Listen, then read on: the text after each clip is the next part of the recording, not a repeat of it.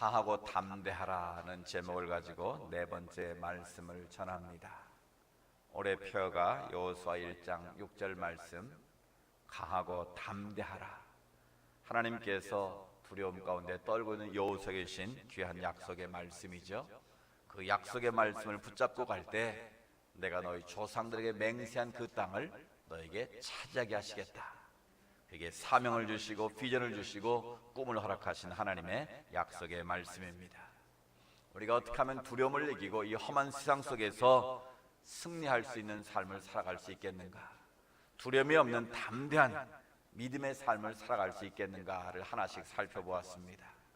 첫 번째는 바로 하나님 우리와 동행하신다.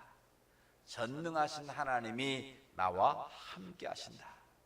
임마누엘, 그 주님께서 내 곁에서 나를 도우시고 나를 붙드시고 나를 지키시고 보호하신다.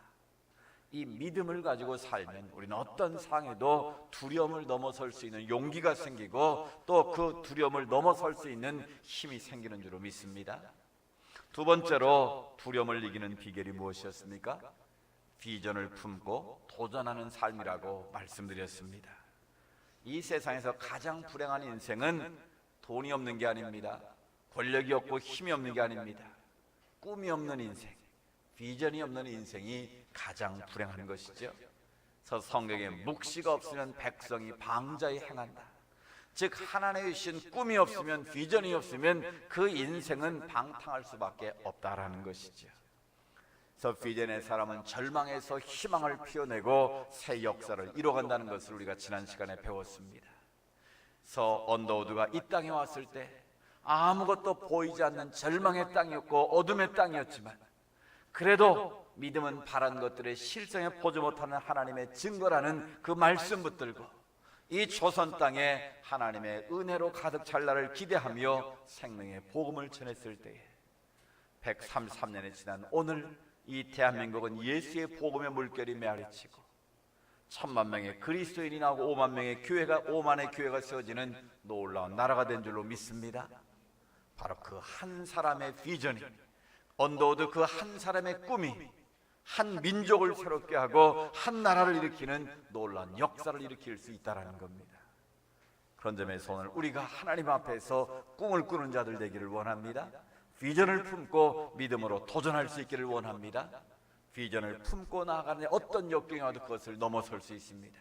그것을 뚫고 지나갈 수 있는 것입니다. 오늘 강하고 담대할 수 있는 비결 세 번째로 바로 말씀의 능력을 붙잡으라입니다. 같이 해볼까요? 말씀의 능력을 붙잡으라.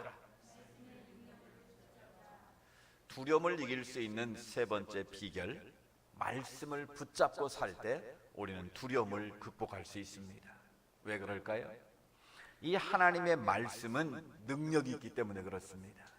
하나님의 말씀은 살아 역사하는 말씀이기 때문에 그렇습니다.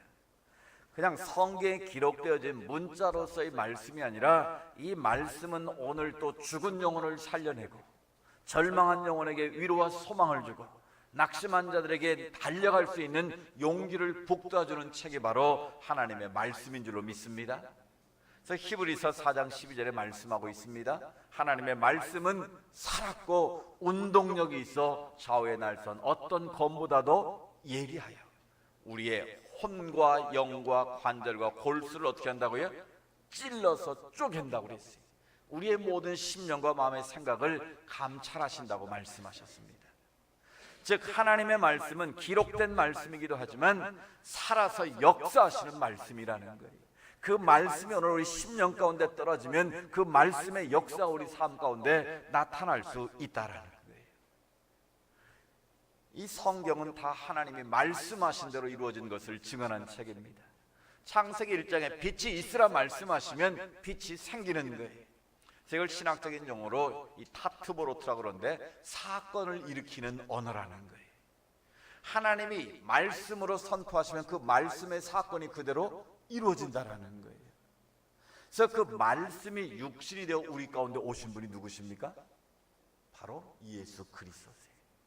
요한복음에 보면 태초에 말씀이 있었다라고 말씀하시면서 말씀이 육신이 되어 우리 가운데 가심이 우리가 그의 독생자의 영광을 보니 진리와 영이 충만했다고 말씀합니다. 바로 예수 그리스도는 이 땅에 하나님의 말씀으로 오셨다라는 거예요. 그러니까 예수님 자신이 뭐예요? 말씀이시라는 거예요. 그래서 진리이신 예수 그리스도가 내가 곧 길이요 진리요 생명이라고 말씀하셨던 근거가 바로 여기에 있는 것이죠. 이 칼바르트라는 유명한 신학자는 말씀을 세 가지로 정리를 했습니다. 말씀은 어떤 말씀이냐면 기록된 말씀이 있어요. 기록된 말씀이 뭐겠어요? 바로 성경이에요.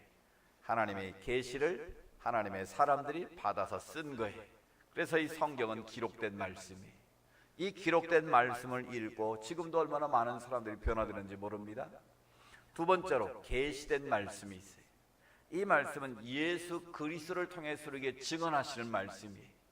즉 진리의 빛으로 말씀이 육신되어 있다 오신 예수 그리스도를 통해서 선포되는 말씀이 바로 이 계시된 말씀이다 라고 말합니다. 그래서 이 계시된 말씀이 우리 심령 가운데 부딪히게 되면 그 말씀이 우리 심령을 새롭게 하는 거예요. 그래서 보세요. 예수님께서 공생의 사역 가운데 많은 이적을 일으키셨는데 그 이적은 다 뭘로 일으키시는 거예요? 말씀으로 일으키시는 거예요. 그러니까 내 믿음대로 될지어다 명령하시면 그 말씀대로 하나님의 역사가 진리이신 예수님을 입술을 통해서 나타난다는 거예요. 풍랑이는 바닷속에서 제자들이 두려워 떨며 주님 우리가 죽게 됐습니다. 어찌 주무시고 간 계십니까? 살려주세요라고 외쳤을 때 주님이 뭐라고 말씀하십니까? 믿음이 적은 자들아 왜 두려워하느냐? 그러면서 주님이 잠잠하라 고요하라 명하는 그 순간 풍랑하는 바다가 잠잠게 된 줄로 믿습니다. 바로 주님의 말씀은 이 계시된 말씀은 능력이 있는 거예요. 그 말씀이 그대로 우리 삶 가운데 응답되고 이루어진다라는 거예요. 그래서 우리가 어린 시절 교회학교 다닐 때 불렀던 찬송이 생각납니다. 예수님이 말씀하시니 물이 변하여 포도주 됐네. 예수님이 말씀하시니 거친 파도가 잠잠해졌네. 예수님 나에게도 말씀하셔서 새롭게 변화시켜 주소서. 아멘. 예수님 말씀하신 물이 변하여 뭐가 됩니까? 포도주가 되는 거예요. 예수님 말씀하면 거친 파도가 어떻게 돼요? 잠잠게 되는 거예요. 예수님 말씀하시면 죽은 나사로가 어떻게 될까요? 살아서 나오는 거예요. 아멘. 이게 바로 계시된 말씀으로 오신 예수 그리스도의 능력인 거예요. 그러니까 오늘 또 우리 삶 가운데 이 계시의 말씀이 내 마음에 부딪히게 되면 그 말씀이 믿어지고 그 말씀대로 내가 엎드리면 순종하면 그 말씀의 역사가 내게 주시는 사건의 언어로 임할 줄로 믿습니다. 그리고 또 한 가지 말씀이 있는데 선포된 말씀이 있어요. 이 선포된 말씀 뭐겠습니까? 주의 종의 입술을 통해서 하나님의 말씀이 여러분에게 오늘의 언어로 선포되는 말씀이 있다라는 거예요.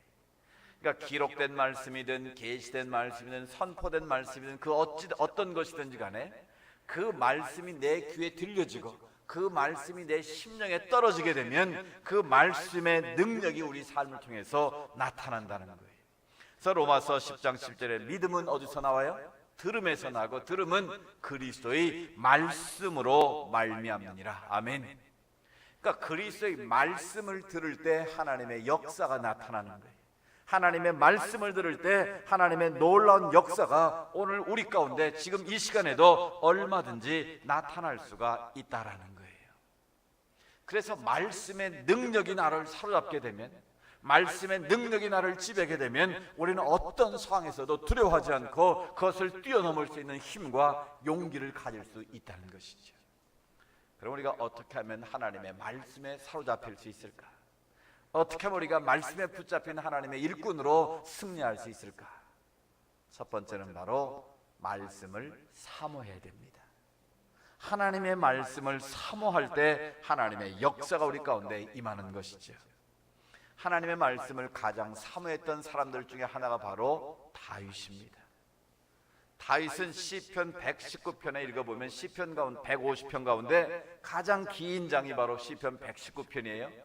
그러니까 내가 인내력이 없나 있나를 테스트해 보려면 시편 119편 1절부터 땡 하고 천천히 읽기 시작해서 끝까지 한 자리에서 읽으면 인내력이 있는 사람이고, 가면서 또 뭐 눈 비비고 차 한 잔 마시고 왔다 갔다 하면 인내력이 한계가 있는 사람. 근데 이 시편 119편은 놀랍게도 처음부터 마지막까지, 마지막 절까지 다 하나님의 말씀에 대한 언급이 되어 있어요. 그러니까 말씀의 능력이 어떤 것인가를 알려면 시편 119편만 읽어보면 알 수 있어요. 근데 그 119편에 보면 다윗이 129절부터 31절에 다윗이 이런 놀라운 고백을 합니다. 주의 증거들은 놀라움으로 내 영혼이 이를 지키나이다. 주의 말씀을 열면 빛이 비치어 우둔한 사람을 깨닫게 하나이다.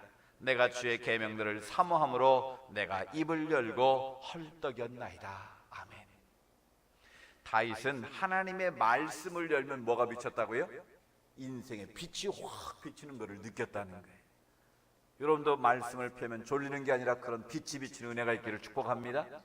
그러니까 다윗은 말씀을 열면 진리의 빛이 자기 안에 확 비치는 걸 알았기 때문에 그 말씀을 사모하지 않을 수가 없었다라는 거예요. 또 그 말씀을 열면 우둔한 자를 깨우쳐 주시는 하나님의 지혜가 자기 가운데 넘쳐게 나게 됐다는 거예요. 그 비밀을 안 이상 다윗이 어떻게 했겠습니까? 그 말씀을 사모했다고 했어요. 주의 계명을 사모함으로 어떻게 사모했다고요? 내가 입을 열고 헐떡였나이다. 입을 열고 헐떡였나이다. 이 말씀을 묵상하면 그 생각이 나요. 아주 무더운 여름철에 개가 혓바닥을 쭉 내밀고 이런 거 있잖아요. 이 헐떡였다. 그 목마름에 헐떡거리는 그 모습. 다윗은 뭐에 그렇게 헐떡였다고요? 맛있는 음식이 아니었어요. 세상 것이 아니었다고요. 주의 말씀을 열면 빛이 비치고 주의 말씀을 우둔한 자를 깨우치는 생명의 말씀을 다윗은 늘 경험했기 때문에 주의 말씀을 사모하고 그 입술로 헐떡일 정도로 그런 타는 목마름으로 하나님의 말씀을 사모했다라는 거예요. 여러분, 그 진리의 말씀이 그렇게 능력이 있고 내 삶을 변화시키는 역사가 나타나는 걸 우리가 믿는다면 우리가 당연히 다윗처럼 헐떡거림으로 타는 목마름으로 주의 말씀을 사모해야 되지 않겠습니까? 그런데 안타깝게도 조사에 하면 우리나라의 크리스천 가운데 주일을 출석하는 예수를 믿는 그리스도인 가운데 일주일 내내 성경을 한 번도 안 읽는 사람이 53%랍니다. 그러니까 주일날 교회 한번 갔다 오면 성경책 던져놓고 한 번도 펴보지 않는 사람이 53%. 그러니까 100명 가운데 53명은 주일날만 와서 성경을 한번 펴보는데 요즘은 이것도 안 펴고 저것 따라 읽거나 스마트폰 펴고 있으니까 성경 필 일이 없는 거죠. 그래서 제가 뭐라 그래요? 후탁교인이라고 그러죠. 교회 갔다 이렇게 딱 성경 던져놓고 그 다음날 일주일 내내 한 번도 안 펴보니까 성경이 먼지가 뽀얗게 앉아있으니까 어떻게 해야 돼요? 이거 들고 후 불어갖고 탁탁 털고 오는 게 무슨 교인? 이게 후탁교인이야. 후탁교인. 우리 오늘에게 이런 교인 없기를 축복합니다. 하나님의 말씀을 날마다 사모하는 그 심령 가운데 하나님의 은혜가 임한다는 거예요. 다윗은 119편 105절에 또 이렇게 말합니다. 주의 말씀은 내 발의 등이요 내 길의 빛입니다. 진리의 말씀을 열면 내 인생의 길을 밝혀주는 빛이 임하는데, 불이 켜지는데 어찌 그 말씀을 읽지 않을 수 있냐라는 거예요. 여러분, 인생의 앞길이 보이지 않습니까? 내가 어디로 갈지 모르면 그 순간 말씀을 펴시기 바랍니다. 그 말씀을 펴서 읽는 가운데 하나님의 영이 우리 마음에 감동을 주시면 그 어떤 말씀에 내 삶에 딱 필이 꽂히는 거예요. 그 말씀이 내게 주시는 레마의 말씀이 되면 그 말씀이 능력으로 역사하는 줄로 믿습니다. 그래서 우리가 하나님의 말씀의 능력에 붙잡히려면 첫 번째로 말씀을 사모하는 수밖에 없어요. 말씀을 사모하려면 어떻게 될까요? 매일 읽어야 돼요. 적어도 하루에 15분 정도로 우리가 투자해서 성경을 읽을 수만 있다면 그 인생은 성공할 수 있습니다. 왜? 우둔한 자를 깨우치시고 우리 인생을 밝히는 빛이 그 안에 있는데 그걸 읽는데 그 어찌 인생에 성공하지 않을 수 있겠습니까? 하루에 15분만 투자하면 하루에 3장씩, 주일날 5장을 읽으면 1년이면 성경을 일독할 수 있어요.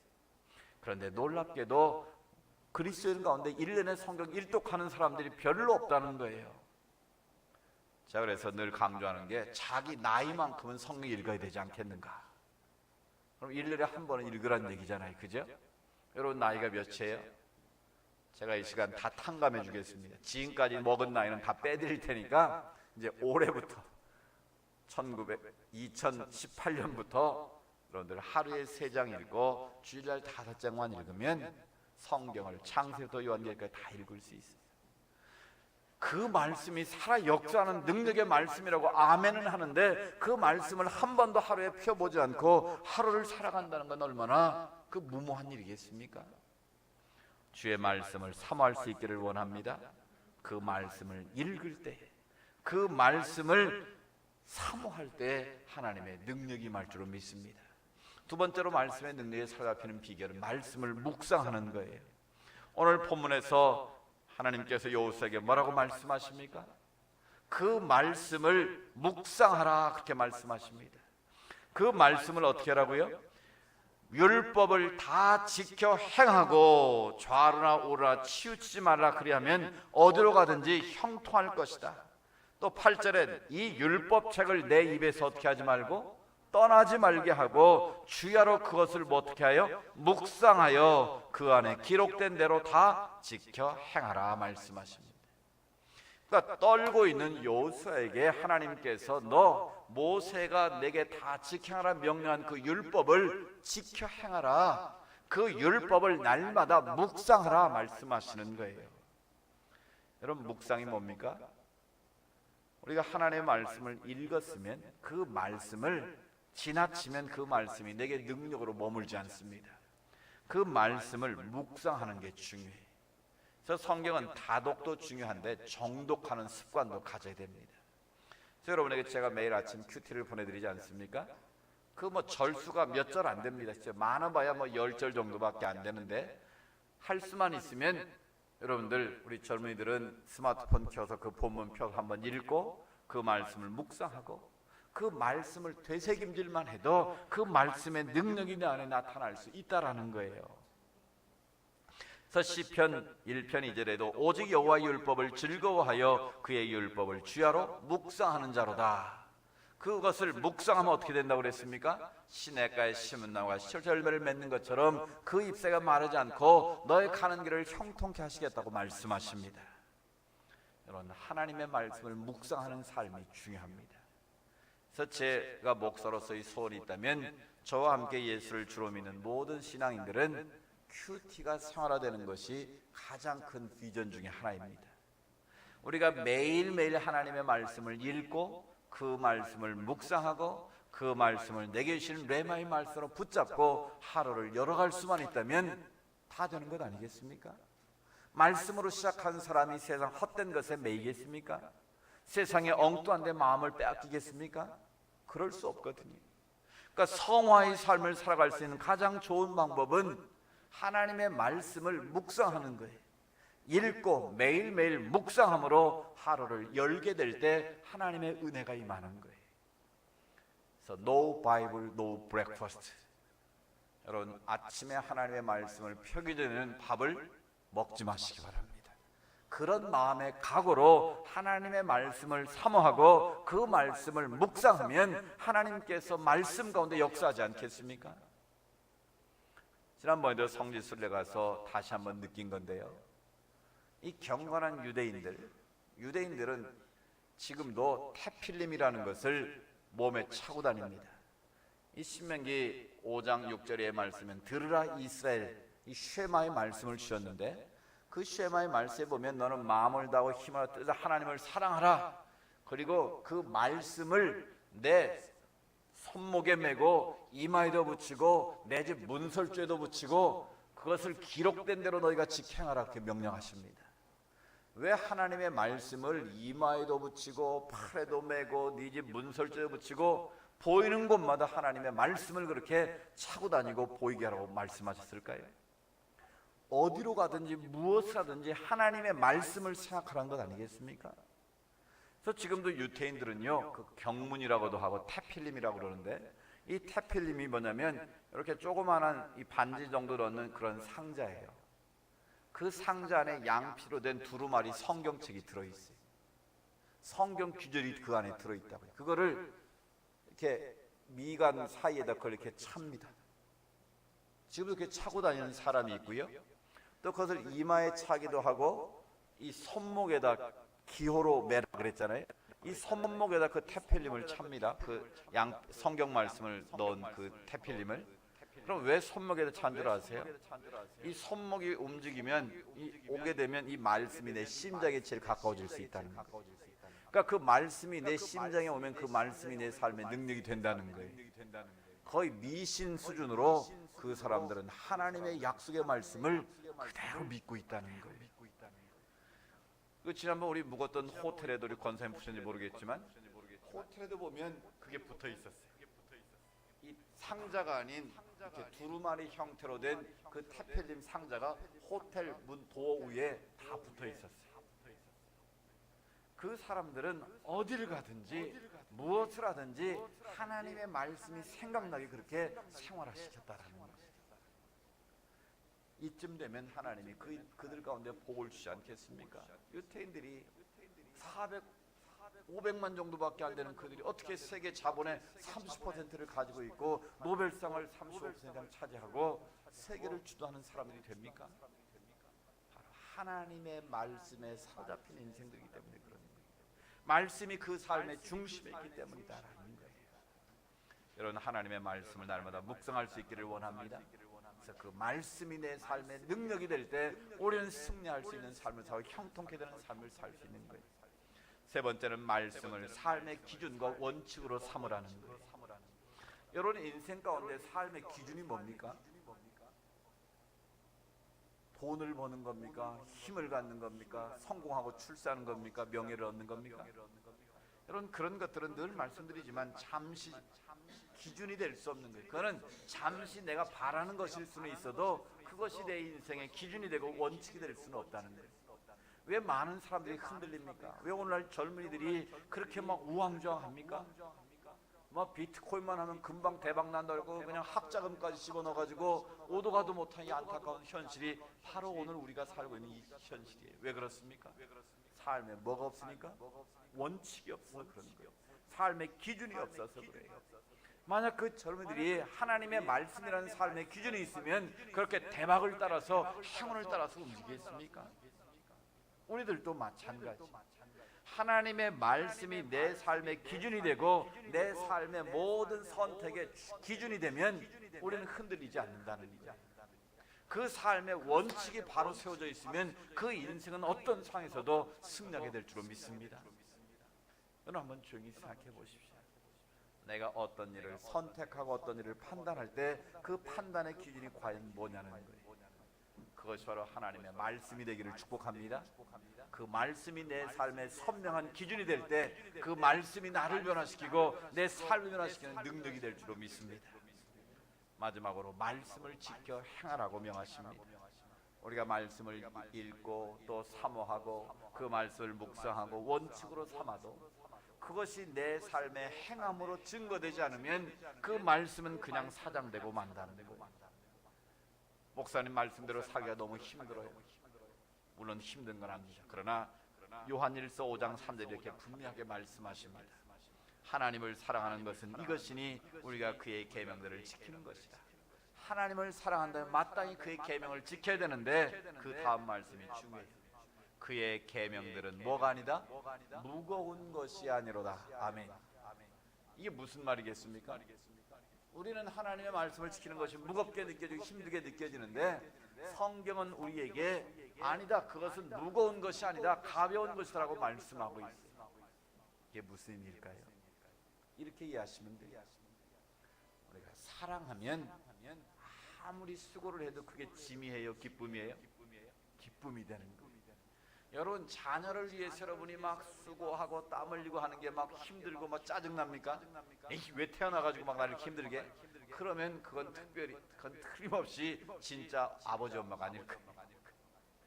내 뱃속에서 나온 자녀라면 또 뭐 입양을 했더라도 내 자식이면 어떤 대가를 지불해도 그게 아깝지 않은 거예요. 그게 힘들지 않은 거예요. 그러니까 막 자식들 출세시키겠다고 우리나라에서 잘 나가던 사람 미국에 이민 가가지고 닭 공장에서 막 18시간씩 발이 퉁퉁 붓고 동상 걸어서 일하는 거예요. 왜 그렇게 바보 같은 짓 하냐 그러니까 자식 출세시키고 자식 성공시키려고 사랑하니까 그런다는 거예요. 여러분, 사랑하면 어떤 것도 힘들지 않는 거예요. 우리가 정말 주님을 사랑한다면 하나님의 말씀을 지키는 게 어떻겠어요? 오늘 다윗처럼 기쁨이 되고 즐거움이 되는 거예요. 막 그 말씀을 더 사모하지 못해서 막 헐떡거리게 된다라는 거예요. 하나님을 깊이 사랑하면 사랑할수록 그 말씀은 내 삶 가운데 저절로 지켜진다라는 거예요. 우리가 막 주의를 지켜야지 몸부림칠 이유가 없다라는 거예요. 주님을 사랑하면 주님을 막 보고 싶어서 주일이 기다려지는 거예요. 아멘. 이런 주일이 기다려지세요? 꼴떡지근하게 대답하시는 것 같아. 전에요, 제가 섬기던 교회에 정말 알코올 중독자 있던 이분이 아버지 학교로부터 예수님 만나고 이제 저를 통해서 상담을 통해 예수님을 그리스도로 영접하고요, 모든 예배를 다 참석합니다. 새벽 예배 나오죠, 뭐 수요 예배, 주일은 당연하고 오창 예배 당연하고 뭐 구역 예배까지 다 나오면서 새가족반을 수료하는데 그분이 던진 질문이 아주 우리로 하여금 폭소를 터뜨리게 했습니다. 질문할 거 있으면 질문하세요 그랬더니 뭐라고 말씀하신 줄 아세요?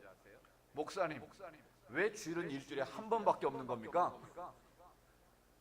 그분은 주일이 일주일에 한 번 있는 게 억울한 거예요. 그래 자기 마음 에브리데이 썬데이였으면 좋겠대. 에브리데이 주일이었으면 좋겠다는 거예요. 그만큼 예배를 사모하고 주의 말씀을 사모함이 그 마음에 넘쳐나는 거예요. 알코올 중독된 그분이 예수님 만나고 말씀의 은혜에 사로잡히니까 얼굴이 변하고 천사같이 변하더라고요. 집 나갔던 애들이 돌아오고요, 가정이 회복되고 그 가문이 그 한 사람 때문에 구원받는 역사가 임한 줄로 믿습니다. 이게 바로 하나님의 역사예요. 하나님의 말씀의 능력인 거예요. 우리가 하나님의 말씀을 지켜할 때 그 말씀 우리 삶의 능력이 되고 우리 삶을 변화시키는 하나님의 역사가 임하는 줄로 믿습니다. 여러분, 우리 인생 가운데 어떤 두려움이 올지라도 하나님의 말씀에 붙잡히기를 바랍니다. 하나님의 말씀의 능력에 사로잡히기만 하면 주님께서 우리 인생 가운데 다가오셔서 말씀하시기만 하면 물이 변화의 포도주가 되고 거친 파도가 잠잠게 되고 죽은 나사로가 살아난 역사가 임할 줄로 믿습니다. 그 역사가 바로 여러분의 것이 될 줄로 믿습니다. 우리가 어떤 사회도 두려워하지 말고 하나님의 말씀 붙잡고 믿음으로 도전할 때 그 약속의 땅을 차지하는 주인공들이 바로 여러분이 될 줄로 믿습니다. 이 은혜 우리 가운데 있기를 주의 이름으로 축복합니다.